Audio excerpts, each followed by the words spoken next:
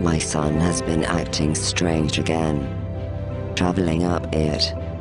He didn't see her in time to get out of the middle of the road, but he managed to swerve enough to clip her and force her through the guardrail. Aftermath and called the paramedics. The truck driver made it, but there was nothing they could do for her. I took it hard. Jake took it harder. His science class set up a field trip to a nearby cave system, which is relatively well known. His teacher waved hello and walked over. We exchanged some small talk and he made sure I knew to be back at 6.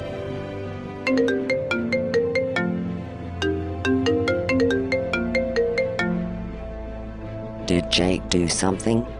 Todd, we can't find him.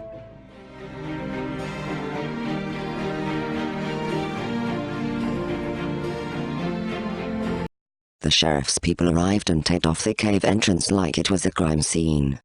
They joined up with some of the park staff and descended into the mouth of the cave, their flashlights swallowed up as they got out of sight. A few of them went to other, smaller entrances to search there, but they didn't have any luck. More endless hours later, it was around 2 in the morning. I told Brian I appreciated his solidarity in waiting with me, but he should get some sleep or head back to town. He looked exhausted, and he decided to go sleep in the back. I suspected he wouldn't sleep easily, and I thought the same was true for me. But I eventually nodded off in my chair, sleep swallowing me like the more of the cave entrance. I had dreams, and not pleasant ones. I dreamed of fog nights. I dreamed of car headlights. I dreamed I saw Jake behind the wheel, his eyes wide as he careened over the edge and fell into a crevice in the earth that closed up behind him. I started awake as a hand touched my shoulder. The man from before, the head ranger, was standing in front of me. There was sunlight streaming in through the windows. The sheriff stood to his side. "Sir, I just want to give you an update. We haven't found him yet, but we're still looking. We've covered just about the entire cave, so there aren't many places he could still be. My men and the sheriffs are working in shifts, and I want you to know we won't rest until we find him. I'll let you know as soon as we have any developments." The sheriff gave me a similar speech. I thanked them, and walked over to the coffee pot, still shaking off the nightmares, my neck on fire from sleeping in a chair. I woke up Brian and told him to get back to the school, that I would wait here. He apologized yet again and left. I called into work, explained what was going on, and settled in to wait. The next day was utter hell for me. I spent most of it with my head in my hands on the chair, endlessly waiting, while the search parties continued to report back empty-handed. I don't know if you've ever had to wait like this, maybe for a search party, or maybe outside of an operating room. But waiting in these situations turns into something truly special. One of the rangers offered me a flask of whiskey, which I took a long drink from. I fell asleep again deep into the next night, greeted by the same horrible visions. Fog hugging the ground, and Jake plunging into the earth. This time the hole in the earth opened wide, and started screaming. Then the screaming turned into radio chatter as I looked up to see the head ranger staring at his handset. He traded a look with the sheriff, shook his head, and walked over to me. I braced myself for the worst. They found him. He's alive. My body sagged with relief.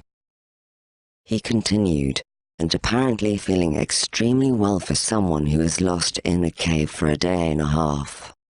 The reason it took so long to find him is he was in an offshoot of the cave that wasn't on our maps. Which is unusual, considering people have been mapping this system for over a century. More unusual, and frankly disturbing, is the way one of my men found it. he spotted a set of purple vines growing out from a corner of one of the more distant chambers. Nothing like that grows down there. He followed it and found a tunnel which any one of us will swear should not have been there. Those vines got thicker and thicker on the walls. We found him at the end. The sheriff butted in. When they found your son, he was grinning like a fool. He can't give us any straight answers about what happened. He's been babbling on about someone who was in there with him, but there was no trace of anyone else. And, sir, your son has marks on his arm. Marks that look a heck of a lot. He'd been using a needle. We need to take him in for questioning once you've had a chance to see him. I stood there, stunned, and managed to gather up my jaw enough to ask where Jake was. They're bringing him up now. Shouldn't be more than a few minutes. I walked over to the cave entrance, still in a daze. Had one of his friends gotten him into drugs? Had some vagrant been living in the cave and lured my son deeper in? What the hell had happened? When they emerged from the cave, half carrying Jake between them, he was still smiling, something I hadn't seen him do for weeks. I gathered him up into a hug, but he just sagged limply in my arms, smiling. We brought him inside and settled him into a chair, then they left us with some privacy. Jake, are you okay? What happened in there? His voice sounded like he was drunk, or high, or both. He spoke slowly and softly, still grinning. Dad, I'm fine.